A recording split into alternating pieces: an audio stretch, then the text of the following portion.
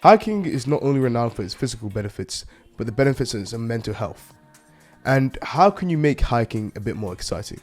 By adding a touch of wild camping, of course. With minimal planning, we booked the tickets and set off to Bergen, Norway's second largest city. Why is the UK not built like this? Like, genuinely, just look at this. We're currently heading to a hostel right now. Is that right, group leader?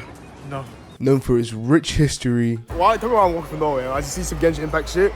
And stunning landscapes. Bergen is most famous for its mountains. I think basically, you can't really see it too well.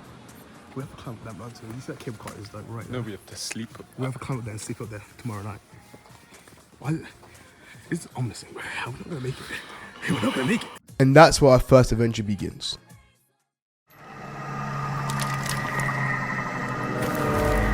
I don't like this, man. Our first day in Bergen was the calm before the storm. Yeah. We explored the city, relaxed, and enjoyed some of the local cuisine, including reindeer and whale. The highest of the 7 mountains in Bergen offers a challenging hike to Mount Fløyen called Vidden. I don't know how to say it. Confident and a bit naive, we decided a mere 15-kilometer hike, that would be nothing. How wrong we were. So the hike started off in decent weather and we were only predicted a light drizzle. So dressed in shorts and thermals, I felt quite ready to climb a mountain. However, we didn't anticipate how hard it was to carry a 20 kg rucksack with weeks worth of supplies. So after reaching the top of Mount Urukun, we began a trek to Fløyen. Full of energy and excitement, we decided to go. But after hiking for a good hour or two, we realized that we're only about 2 or 3 kilometers in. And we started to realize like, maybe this is a bit of a stupid idea, but we still decided to press on. Oh my. How are we? Oh.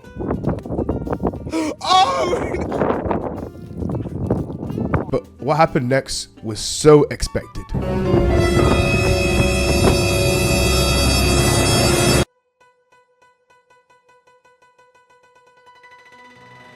Because it seemed that we annoyed some Nordic god or something. Because, jeez. Wind picks the fuck up. The rain, the cold, the wind is all intensified. Only waterproofs I've actually brought with me was just a jacket. And in my foolish naivety, I thought, if I stop moving, I'm gonna get more cold. So boys, let's keep moving on. At this point, we left it off as just a part of the fun and adventure. And we didn't realize how serious the situation was about to get when the visibility dropped to the point where we couldn't see the checkpoints. Wind picks the fuck up. So we ended up stumbling around, wasting precious time and energy, searching for the next checkpoint. And as a result, we got colder, and more cold. But somehow, we finally reached the halfway point.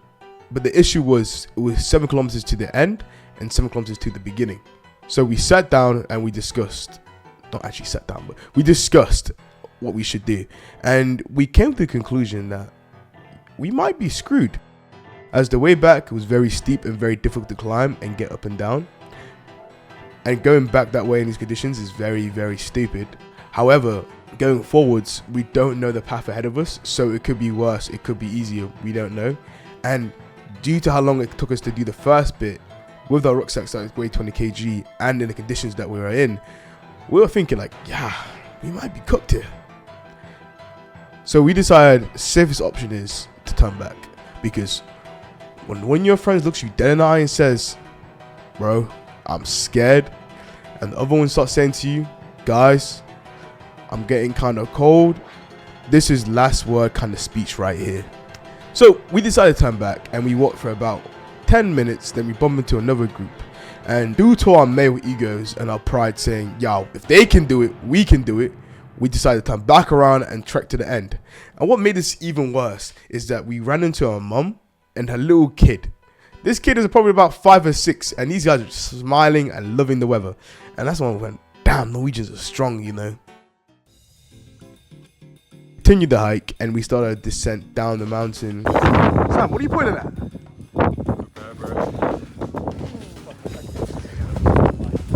And that's when the weather cleared up, revealing some of the most beautiful sights I've ever seen in my life. But as we realized it was starting to get late and we were starting to get tired, we found a nice mossy bit of ground and decided to set up camp there. Everything was soaking wet. Genuinely, try sleeping inside a wet tent. Horrible experience. This is the solution, my baby boy. And I almost caused 2 explosions while I was trying to cook food. Yo, Kim. But eventually we settled for the night. You made it. However, when we woke up, one of us was missing, off on his own little adventure.